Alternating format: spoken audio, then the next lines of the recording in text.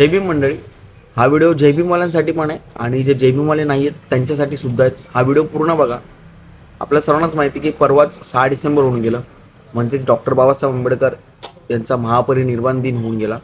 आणि त्या दिवशी असंख्य लाखो करोडो भीमानुयायी त्यांना आदरांजली देण्यासाठी, त्यांना श्रद्धांजली देण्यासाठी, मानवंदना देण्यासाठी चैत्यभूमी दादर या ठिकाणी जमतात. आणि तिथे खूप लोकांचा प्रश्न असतो की तिथे खूप घाण होते, ते लोक येतात, घाण करतात, तिथेच राहतात, हे करतात. आता ते गावावरून येतात, ते बाबासाहेबांना इतकं म्हणजे तळागाळातल्या लोकांना बाबासाहेबांनी एवढं वर काढले, आम्हाला माणूस म्हणून जगण्याचा अधिकार दिलाय, ते उपकार ते कधी विसरत नाही.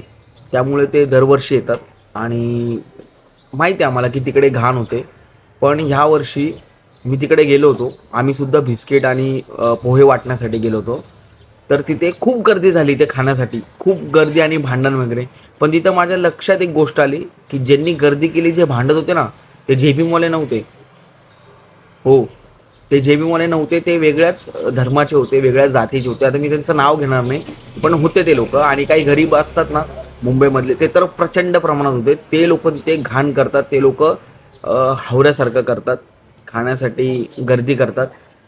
ठीक आहे, ते असेल. पण ह्या वर्षी इतकी एक चांगली गोष्ट झाली. जर तुम्ही जे लोक नावं ठेवतात ना, त्यांनी जाऊन एकदा दादर चैत्यभूमीला बघा. दादर चैत्यभूमीला काय, दादर स्टेशनपासून चैत्यभूमी ते शिवाजी पार्कपर्यंत जाऊन बघा. तुम्हाला सर्व स्वच्छ झालेले दिसेल.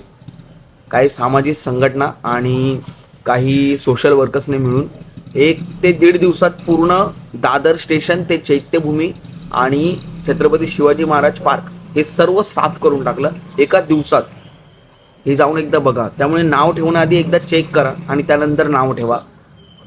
बाकी असो, ज्याची जसं विचार. जय भीम.